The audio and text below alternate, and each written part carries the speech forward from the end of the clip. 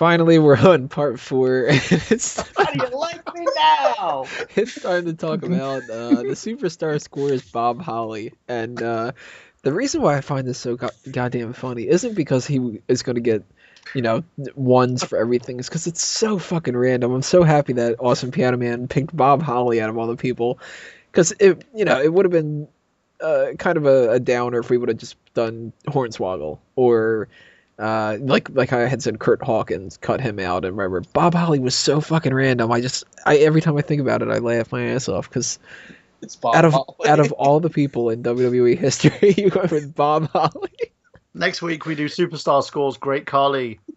Oh, God. 0, 0, 0. Yeah, I think we could do that ahead 0. of time and give him 0 for everything except for maybe like a 2 for I don't know his theme song or something.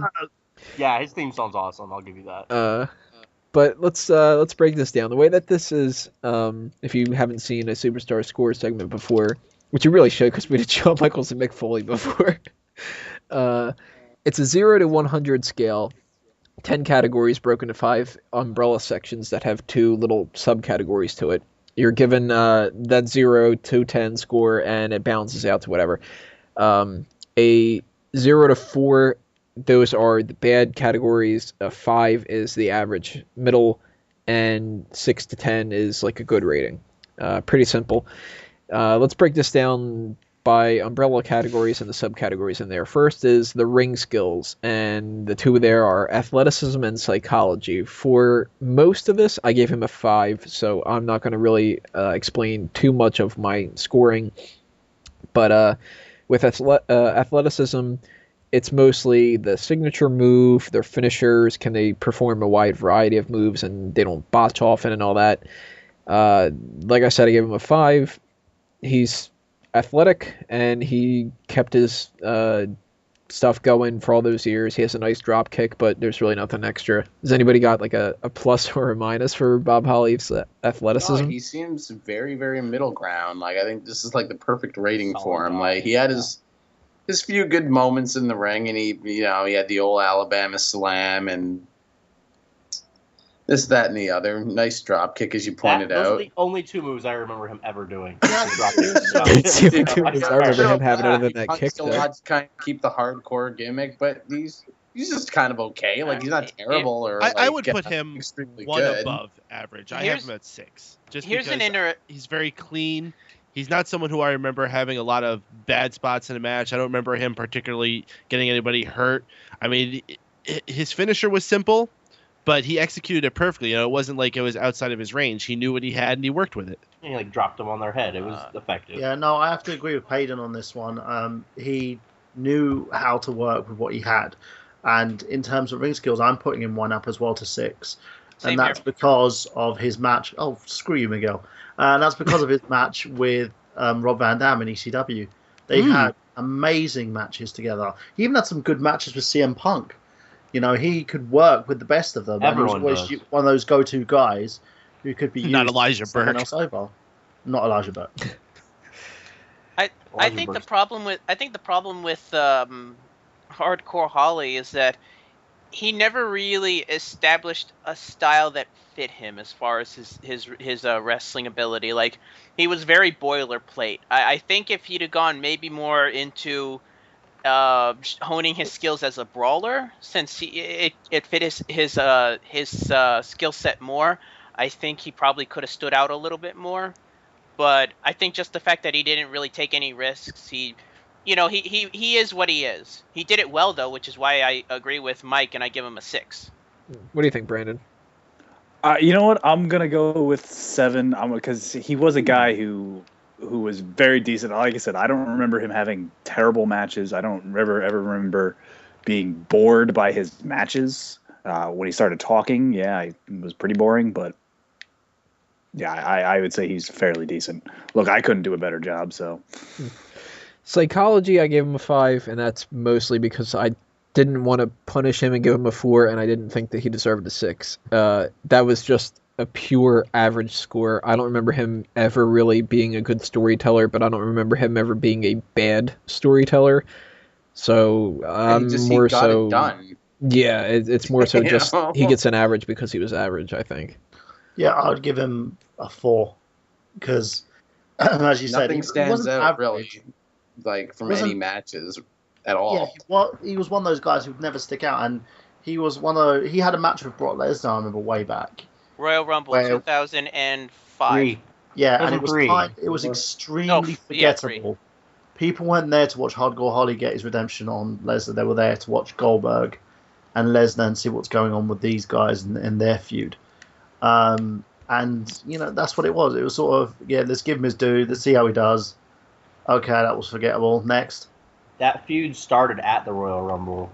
Like, that match that happened at that pay-per-view, that feud with Goldberg and Lesnar started at the I know, same but exact it's one of those pay-per-view. things. You So- knew these two guys were going to be in the same place. Do you understand?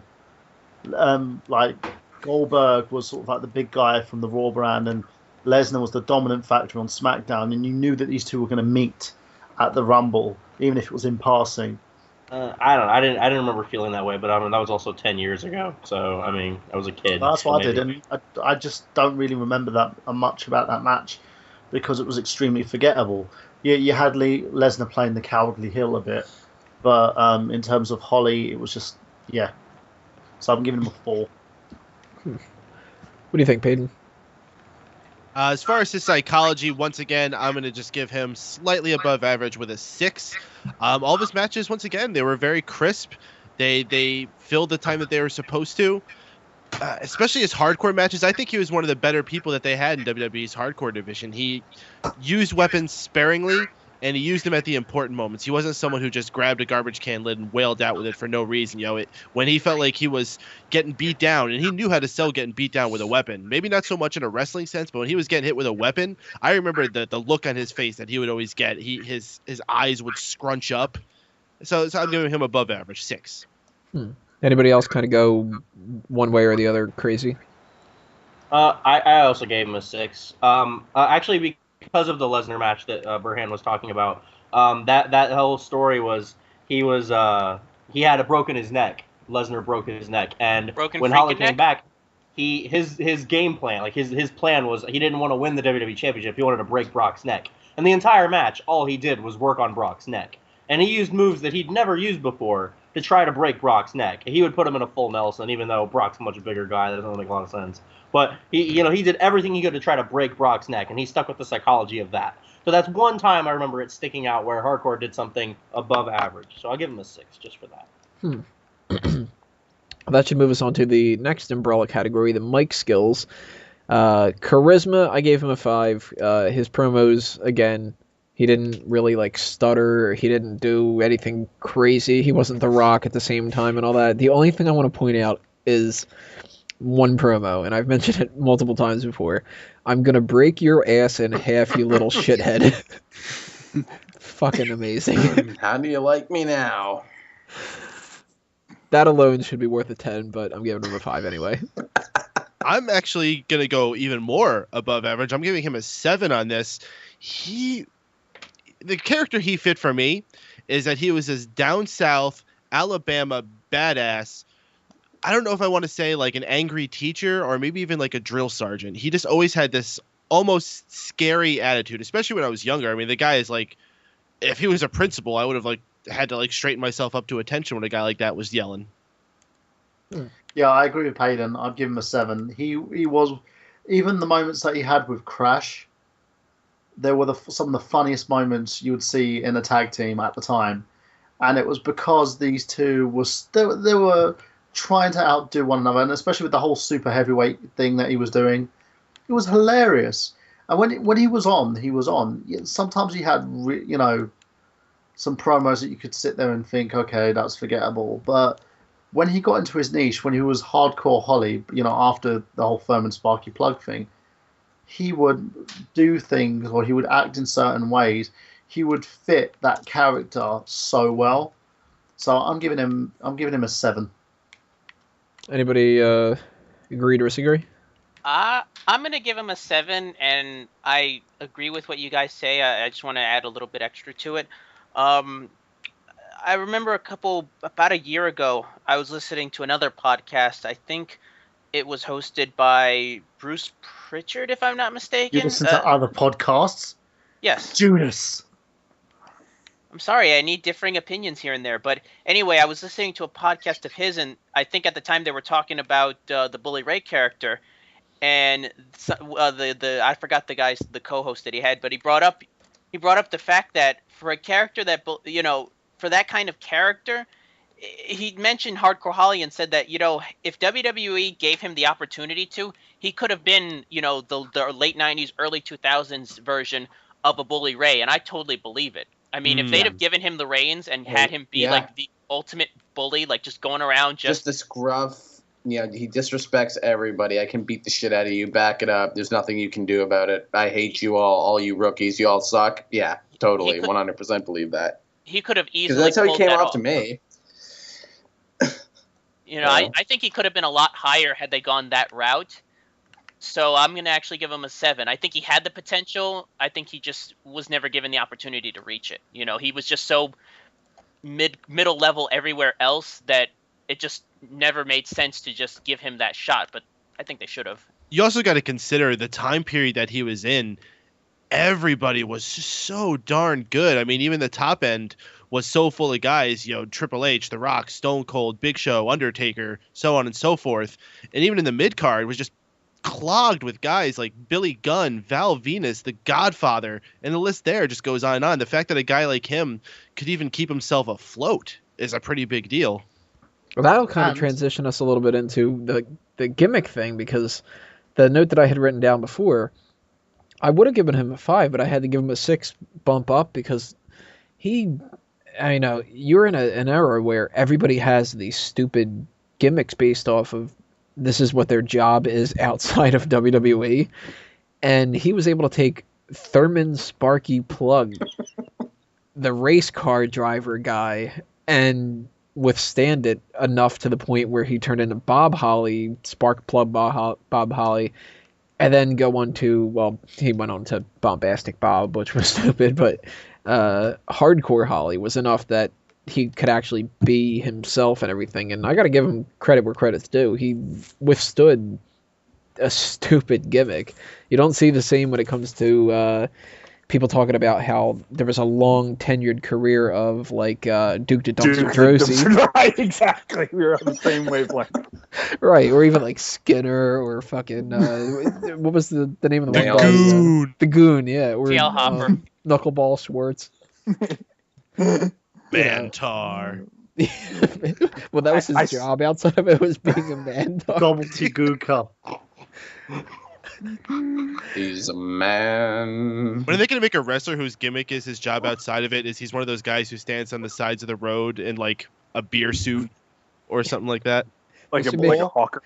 Or a wacky waving arm filling inflatable tube man. They should make somebody on it was TNA. no Brandon Walker. They really should make a 1995 DLC pack for the next SmackDown game. Just all the bad gimmicks from 1995. But listen, something else I want to say about Bob Holly transitioning, not just being from the Sparky Plug thing, making it all the way till he was his own man, but then also had of other people added to make his family even bigger with Crash Holly and Molly Holly. True. The only other person you saw like that was Undertaker. He's the only guy who got any kind of family involved. Yeah, really. I didn't even think about that. It's a good point. I totally agree. I really like Crash Holly. He was awesome. Oh, well, Hardcore title for the I win. like all the Hollies. I guess you could say I the love Molly. Dudleys. Like, And Dudleys Molly too. Holly and her virginity. Okay, the Dudleys too, yes. Yeah, other than them, I can't think of anybody. Oh, but anyway, for character, I gave him, once again, a 7. It wasn't anything extravagant. He was just a typical Alabama badass, and he filled that role very well. But, I mean, just in that era alone, like I said, you had so many enticing characters that you wanted to love. It was hard to just get into him. And when you look at it at the broad spectrum of all time, it does kind of fade in the bag a little bit more. Would you guys also agree? Hold on, I have a question. Would you guys agree that he helped get Cody Rhodes over early on in his career? Absolutely. Yeah. Absolutely. He certainly didn't hurt it. Well, for It me, gave him a direction, did it not? one of his biggest pros in my book was he made China look like a star, without actually plowing her. So for me, he deserves a 7. He's a great character. He lived his character. He was his character. People would get pissed off when he beat up, what was that kid's name in Tough Enough? Capitelli? yeah, he was shooting on him, and people got annoyed because Holly busted his lip and went to town on him, and they were going around, and guys were going around the independent circuit. It got so big to the point you had other wrestlers calling Holly a bully and everything like that, and that's a testament to his character. If you look at him, he lived his character. He was his character. He was very old school in that way, where he would play this character inside and outside the ring. It was part of who he was, and that's what you were going for in the Attitude Era, and it stood the test of time. He survived until later on in the brand extension, where he was finally culled from the roster, and that was because of Kennedy, apparently. So, give him a 7. Everybody else kind of going in the 6-7 range, or is anybody going? Oh, he needs a 10 or 7 easily. I forgot entirely about. I think Burham brought it over. Him being the super heavyweight. That was gold. I completely forgot about that. He came out carrying the scale over his shoulder. Yeah, exactly. I totally forgot about that portion of his career. So yeah, I think he should deserve a solid 7 from everybody. Yeah, absolutely. Yeah, the fact that he was actually still able to have a career after being Spark Plugg Holly. Thurman Sparky Plugg. Yeah. Thurman. Why would they ever Thurman. think? I mean, his name is Robert Howard. Why couldn't they call him Howard? Or Robert? Or hell, fucking... Thurman? Go with the Bob Holly thing for the bit, but Thurman? Maybe someone was a Thurman Munson fan, okay? I don't know. That's like calling him Cornelius or something like that and expecting him to fucking go over. That should be Biggie Langston's name. Cornelius. Cornelius Langston. Cornelius E. Langston. Absolutely. E. Cornelius Langston. Use the Esquire. E as a surname. Right? Like Esquire. Esquire Langston. That's what the E stands for. It stands for Enos. Also, Bret Hart gives Hardcore Holly a 4 out of 10. I really wanted to make that joke too. Too late. But I didn't want to. Oh, that's so good. Appearance is the next one. For his physique, I gave him an 8. He is in far better shape than I am, and I'm half his age. And he never went through a fat Bob Holly phase or anything like that I can remember. I would love that though. That would have been a good gimmick. Fat Bob Holly. Fat Bob. Like Piggy James, but Piggy Holly. Come on. AKA Manitou. But yeah, he was, a lot of the stuff is kind of about him being like an average wrestler. And an average wrestler to me should be somebody who is not necessarily like this huge muscular kind of freak of nature or anything like that, like what they tried to do in the past or anything like that, but it should just be somebody who's in shape and looks like they can kick your ass, and Bob Holly was pretty much always in shape like that, so I gave him an 8 for sticking around with that for so long. Bob Holly had $1 million physique. I mean, there's so many wrestlers in that company who wish they had the body that Bob Holly had, and some of them maybe what they had the voice, they had the talent in that respect, but they just didn't have the look, and maybe all they needed was Bob Holly's body, and they probably would have gone to the moon. Miguel Cuddy. Yeah, I don't know. No, obviously that's a joke. I'm thinking more of a guy like, say, I mean, I don't want to say X-Pac, because X-Pac had a very successful career. I don't know. Help me out here, guys. Also made China into a star as well.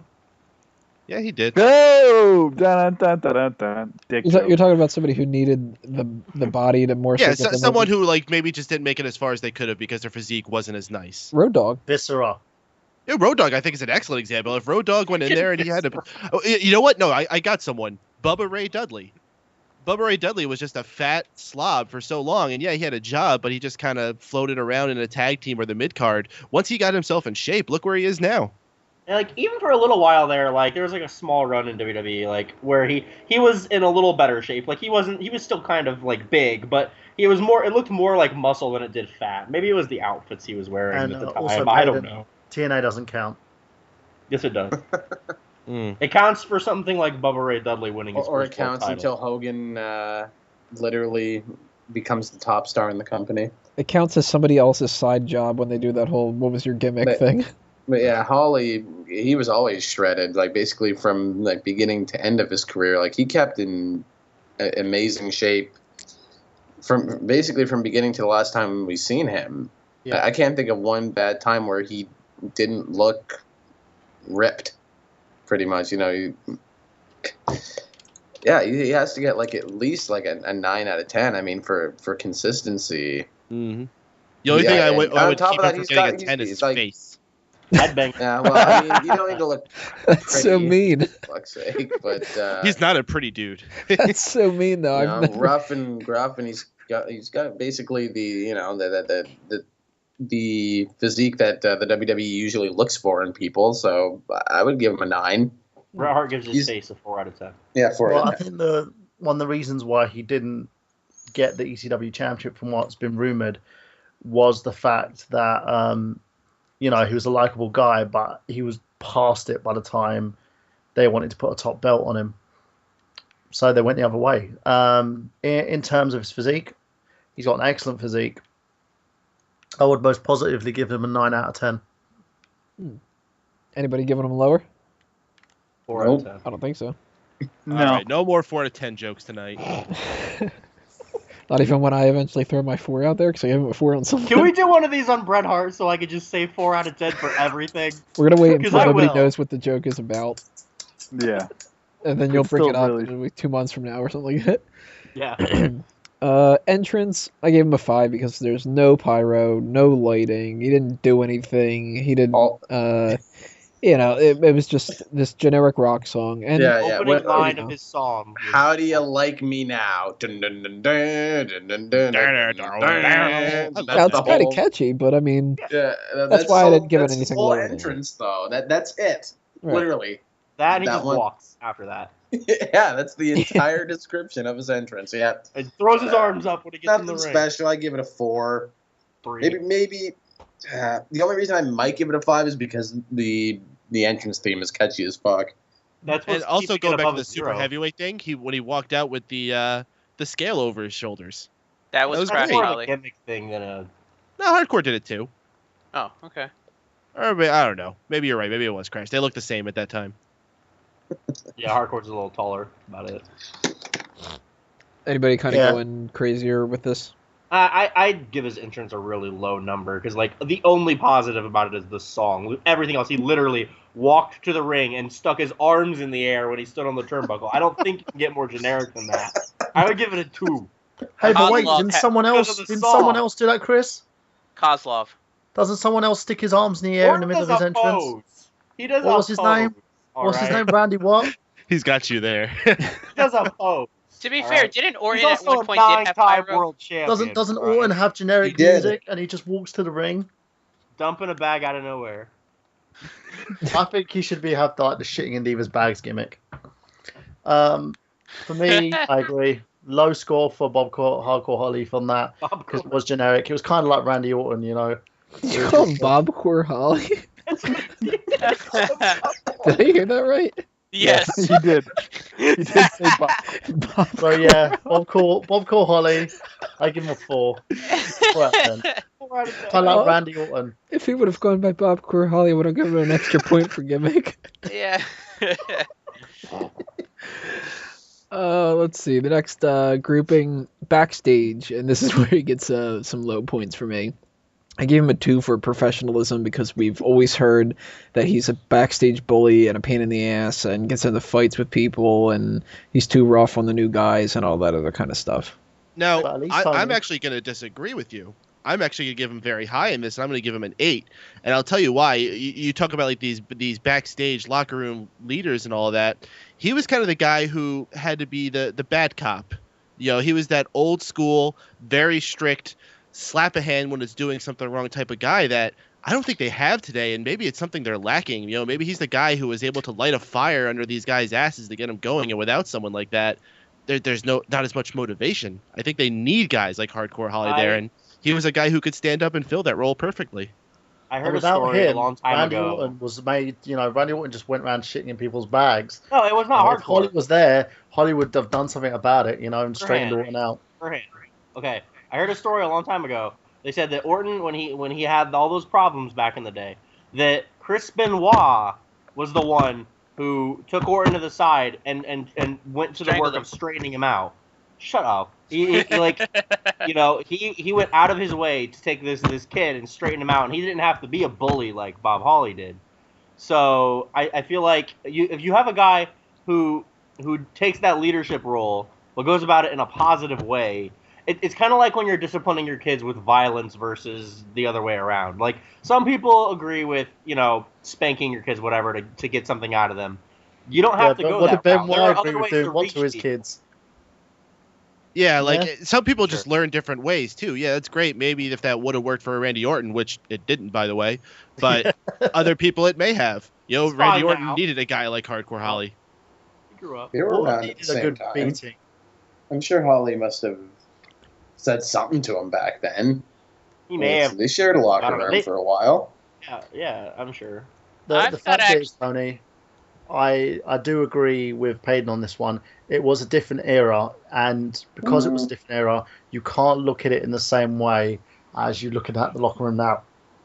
Yeah. Bob Holly was a cunt. I give him a 1. He was there to do what he was told. So if the brass said to him, "Look, someone's hard to handle. He needs to be settled, or something needs to be done," he would do it. Do you think he did it because they told him to? No, but he would always be the go-to guy for Vince and Co. or for anybody in the locker room. If they said to him, "Look, this person's getting out of control," he would sort it out. And he doesn't mind playing the bad cop. He wouldn't mind sitting there, taking heat over something. He would just do it and, be done with it. And that's probably one of the reasons why he was looked upon so much with such glee from the higher-ups, because he kept a strict hand in that locker room. Because you saw what happened with the whole plane ride from hell on the Royal locker room when the brand was split up apart. Ric Flair was running around with his freaking junk hanging out. You had Brock Lesnar and Kurt Hennig wrestling on the damn plane. Half the guys getting pissed and groping stewardesses. And they cut off Michael Hayes' mullet. Yeah. So think about that, right? They're doing that on the Raw side, but on the SmackDown side, you never heard anything like that. Well, to be fair, though, you also had Taker mixed into that. Nobody does anything wrong when Taker's around. Yeah. All right, well, Unless you're CM marketability. Punk, you tell Taker to his face, Marketability is the other part of backstage, and I gave him a 4 because he really is kind of just below the standard 5 thing. He doesn't really do any marketing or anything like that, and I just kind of couldn't go further than that. What do you guys think? The problem is with Holly, he was never a brand. It's like you could market a guy like Kofi Kingston and sell Kofi Kingston t-shirts. You couldn't sell "I'm hardcore for Holly" or anything like that, because it just sounds like a porno t-shirt. His gimmick wasn't made to be like that, and that was the problem. I think that's one of the things that stopped him from getting to that upper main event level, because he wasn't the guy that would sell t-shirts. He was the great worker. He was the guy you could rely upon, and he was the guy who was very kind of well-rounded in the ring, but he was never a brand into himself. So I'd probably go on the same length with you there, Tony. Anybody agree or disagree? No. I think he's a guy who, if they wanted to send him out there doing appearances, like if at the time they had Be a Star rallies and all those sort of things, I think he's one of those guys who, like a Kofi Kingston, they could have felt comfortable and safe sending him out there, and he could have done a good speech and made the company look good. But as far as the guy that they're going to be putting on commercials and cereal boxes, not a chance. He was not that kind of person at all. I'm with you, Tony. Just below the middle, 4 out of 10. All right, anybody want to kind of throw a different number out? Nah, it's he can't. He doesn't even reach 5 for that. 4 out of 10. You might be able to go lower for a 3 or a 2, but 4 out of 10. Brett would be proud. All right, that'll leave us with the last group of 2. Crowd reaction section. Popularity, how loud are the cheers or boos, whatever kind of character he is. Do they sell merchandise, ratings, Twitter followers, and all that? Obviously, he doesn't have a Twitter account that I know of, at least. Obviously, I am checking. Well, whatever it is, it's not insanely popular. That's what I was going to say. But I gave him a 6, and the reason I gave him a 6 instead of a 5 was because despite how he never really was that guy who's going to get a huge pop or, you're going to see people. Twitter account. Oh, he does? Huh. Yep.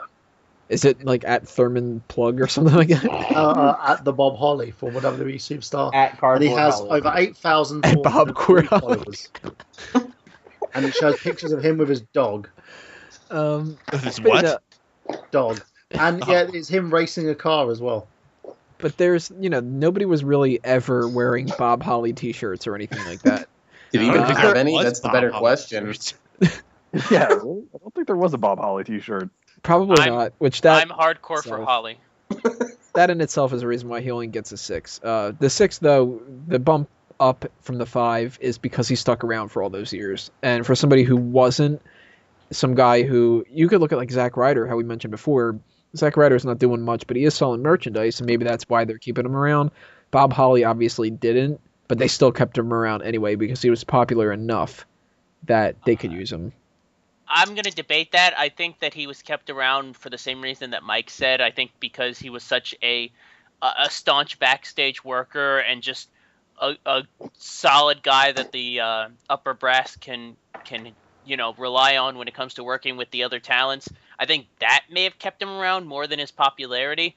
I am going to give him a 6 though, because while he was very average, at the same time, I think he's one of those performers that if he came back today, he would get crowd reaction. People would cheer if Hardcore Holly came out. It's kind of like the case with like a Steve Blackman, for example. When Steve Blackman came back for the 15th anniversary, people marked out huge, even though I don't remember him ever being that popular during his prime. Anybody else thoughts? I disagree. The fact is, when he was hated, he was hated. When one of the examples is his feud with China and Jericho, the crowd hated him. He's in the exact position. He took advantage of what he had when he was loved, and you had his Holly family going on there. When he returned to help like Crash and his sister out, people went bonkers. When he was feuding with Lesnar again, he had a lot of babyface heat on him. So he could easily get a great pop, and he could easily get great heel heat. But again, as I said, the whole problem was he wasn't marketable. His gimmick wasn't marketable. There was no place for it in terms of T-shirt sales. In terms of you never see a best of Bob Holly DVD out there. But the thing what comes with his character was that he didn't need that. It was a lot more than what people sort of thought it was. But he's would I say he's probably in the lead as WWE's highest sellers? No, of course not. No, he's the reliable veteran hand that was around for a while, and you could always rely on him. If it wasn't for the whole Kennedy incident, I believe he would have been a lifer. He would have still been with the company today. No other scores from anybody else? I'd say he's a solid 6. Yeah, I'd give him a 7. All right, the last one is credibility. As a person, a potential main eventer or a future legend or anything like that, to me, I'd be okay with him going into the Hall of Fame, but he obviously was not some first ballot Hall of Famer or anything like that. Top tier legend. Yeah, he was mostly a mid-carder for his entire career. He was really good at filling that spot. But he never even officially won the Intercontinental title. He kind of won it from Jeff Jarrett, but they never recognized it. He won the Tag Team Championship a bunch of times. He won the Hardcore title 6 times. And, he tasted the main event here and there a little bit. But to me, you talk about mid-card status and a lot of that kind of stuff. He's a 5. Not really too surprising, right? Yeah, you can go lower to a 4. That's as basic as it gets. What you said was basically the summary of Bob Holly's entire WWE career in tenure. Mm-hmm. The reliable veteran hand who can fill a spot anywhere on the card, but was mainly used to the middle ground. And he won the Hardcore title a bunch of times to match his gimmick. And he has some sort of legacy, I'm sure. Like best way to put it is what he's done would warrant. Like if Coco Beware can get into the Hall of Fame, I'm pretty sure Bob Holly could make it there too. That's exactly what I was going to say. If Coco Beware got into the Hall of Fame, Bob Holly should have a place above him because he was far better than Coco Beware. And in terms of his run, he didn't have a bad run with the company. He had a pretty good run with the company. He had a run better than most guys who are currently in the company, who are currently in wrestling. Hell, someone who's pegged to be the next big thing, Matt Morgan, can't even match Holly's pedigree in terms of championships and reigns. So I'll probably give him a 5. Anybody going up or down? I'm going to go 6 because, again, he had a great career. It's the ideal mid-card career. I mean, there are guys that would kill for Bob Holly's career. A lot of my friends would kill for Bob Holly's career. So it's a diagram of how to succeed in the mid cards, and he filled his role eventually as the wily vet pretty well too. So. My final score ended up being a 51 out of 100, so it just puts him past the 50 score. I actually purposely gave him 1 extra point later on. I gave him that extra point in the popularity category. But to me, he's a very, very, very good example of somebody who could be kind of compared to a lot of other people when we do this segment in the future. We have Shawn Michaels, who was like almost a 10 out of 10 and everything. Bob Holly's a real good middle ground kind of a guy. For the next one, I really kind of want to do somebody who gets a 0 for most things, like a Great Khali. But I think we all kind of agree here. Like he's a 5, a 6, a 7, sometimes a 4. Like he's for the most part, his average is that like a 50 out of 100. That seems perfectly fine. Right. You weren't expecting him to have this amazing, awesome career. That wasn't his thing. He had his moments, and he did his job in the mid card and did it well, and did so for many years. And as Brandon was saying earlier, many people would probably, they wish they'd had Bob Holly's career in some aspect or another. So, I mean, he has some sort of legacy, even if it's not the most memorable. Yeah, Bobcore. Well, if you look at the guys in CCW, they try and do Hardcore's gimmick, and they do it badly. So as far as I'm concerned, Hardcore Holly's had a pretty good career. He owns his own house. He's not in tremendous debt or doesn't have a drug overdose. So, he got out of wrestling and he got out on his own terms, and he's living his life. That'll wrap us up for Bobcore Holly. That was surprisingly positive, actually. I thought we were going to just shit all over him. Oh, really? But, I really did. He's not that bad. No, he's Bob Holly.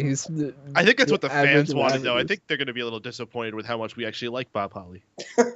Well, if you guys are disappointed, then wait. You should have tried harder. You should have given us a better person to rip apart. Wait until we do what if somebody that person like actually wanted constructive, just an analysis of Holly's career and not wanted us to bash him the entire time.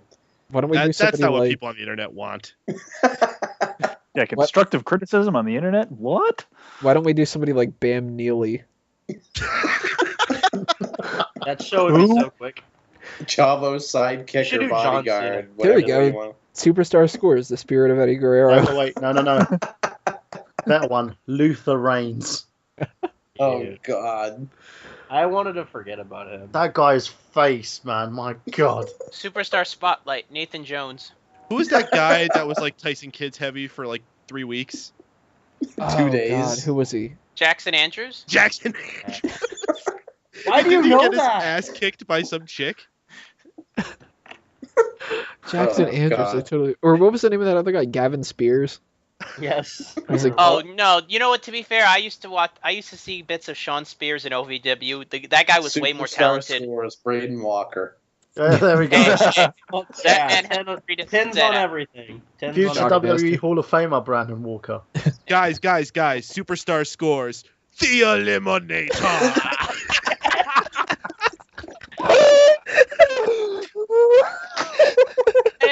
saw that for the first time after the show. I actually looked for that.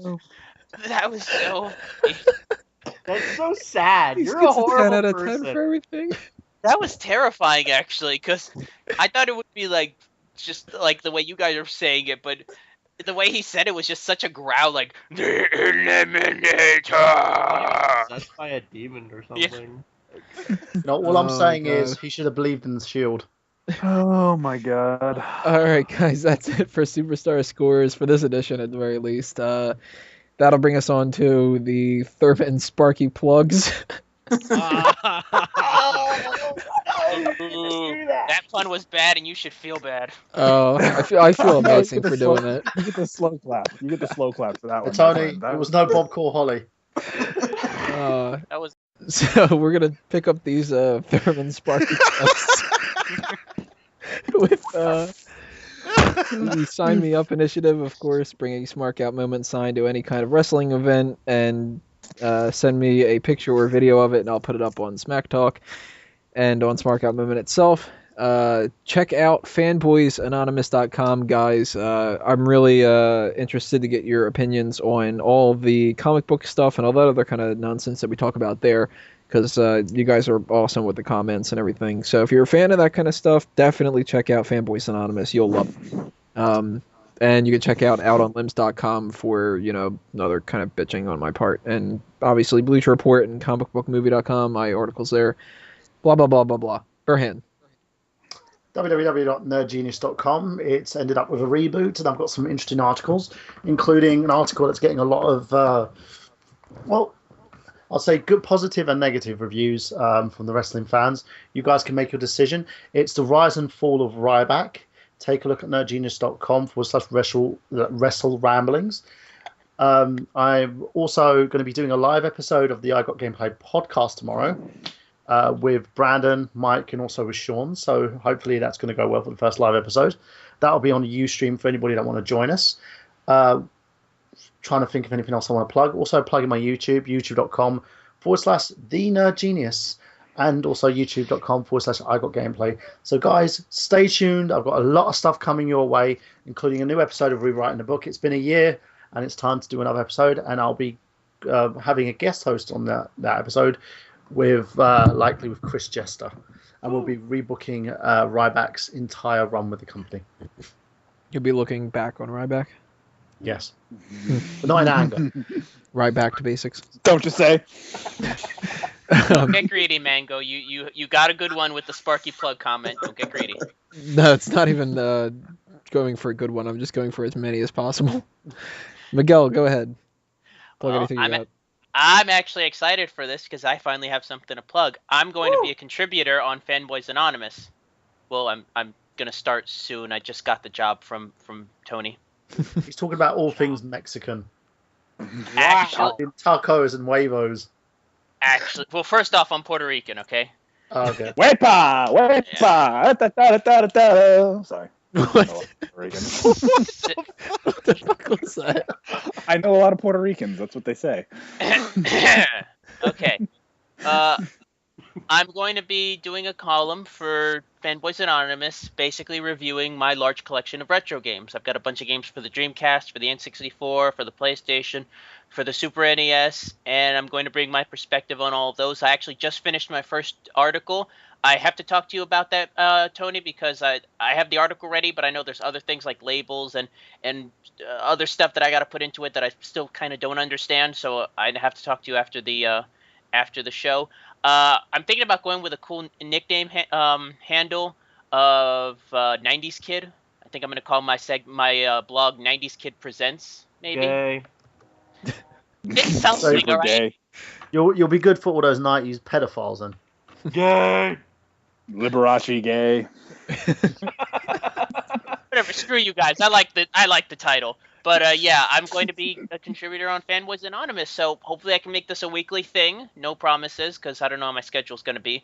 But check that out. Tacos. That'll be something that's going to be coming up soon. Other than that, that's pretty much it. Oh, check out Team Jester's Facebook page. Yeah.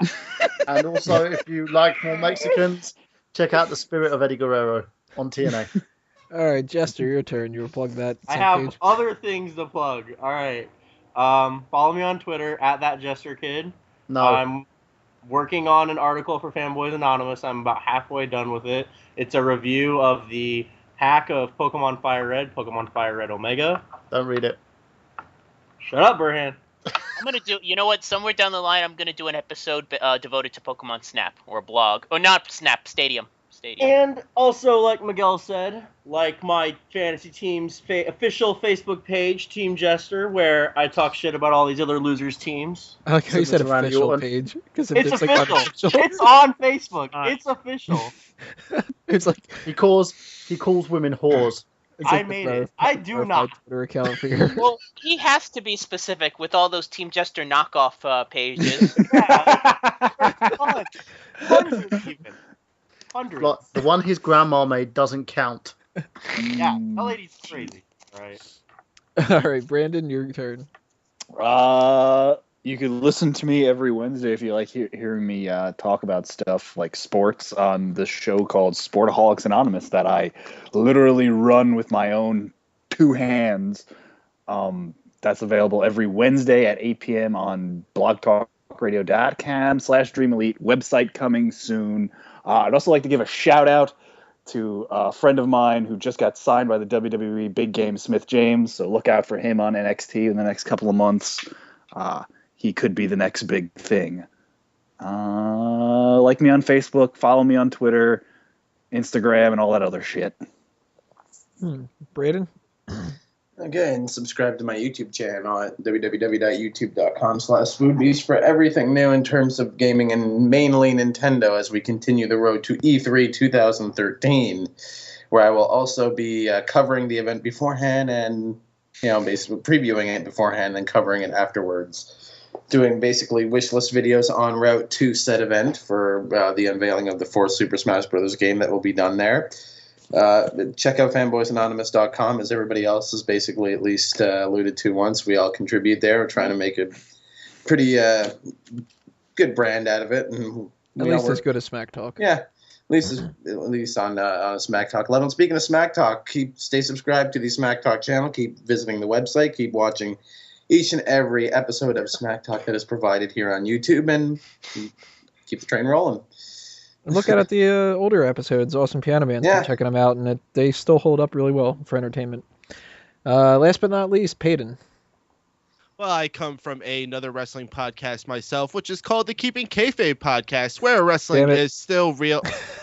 I had to do it. Where wrestling is still real to Bob Holly. Damn it! Oh, it's really not the same Bobcore. thing. Kind of, you threw me I know, I off. did it on purpose.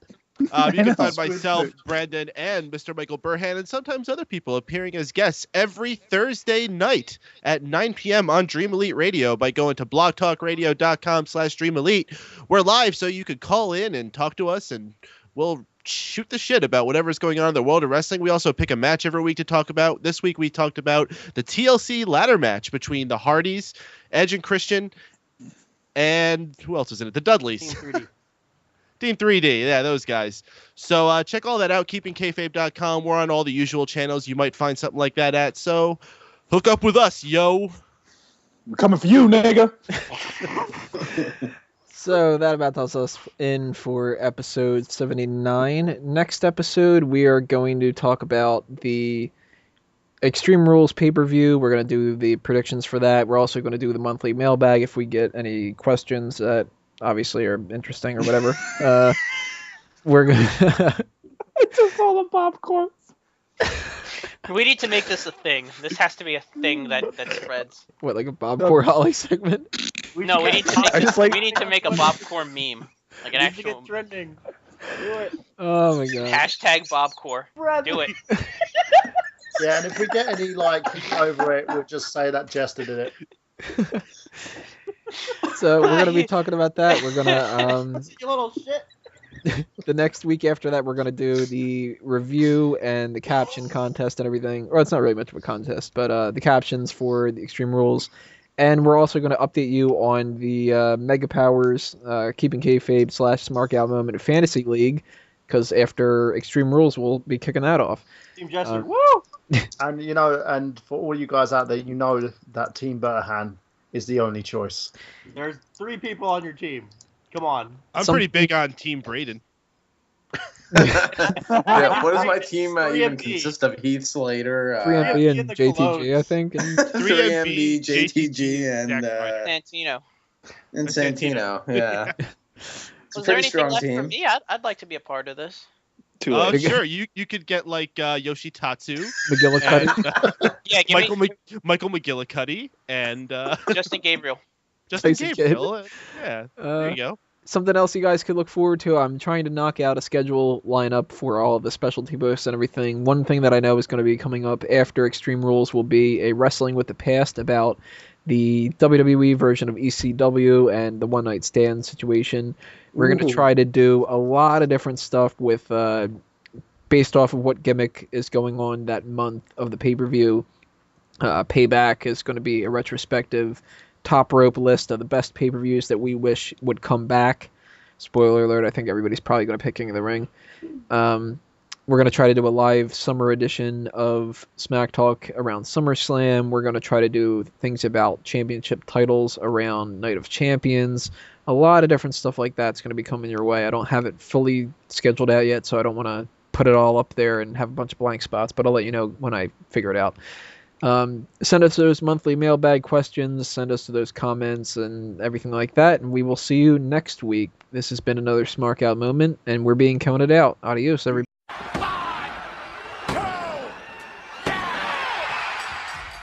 How do you like the outro now? Outro, outro, outro, outro, outro, outro, outro, outro, Bobcore, outro, outro, outro. Outro, outro, outro, outro, outro, Bobcore, outro, outro, outro, outro, outro, outro, outro, outro, Bobcore, outro, Oh, fucking Bobcore. Done. I'm done. outro, Bobcore. Oh, I'm gonna break your ass in half. I'm going to break your ass in half, you little outro. Fucking done. Oh my god, that was amazing.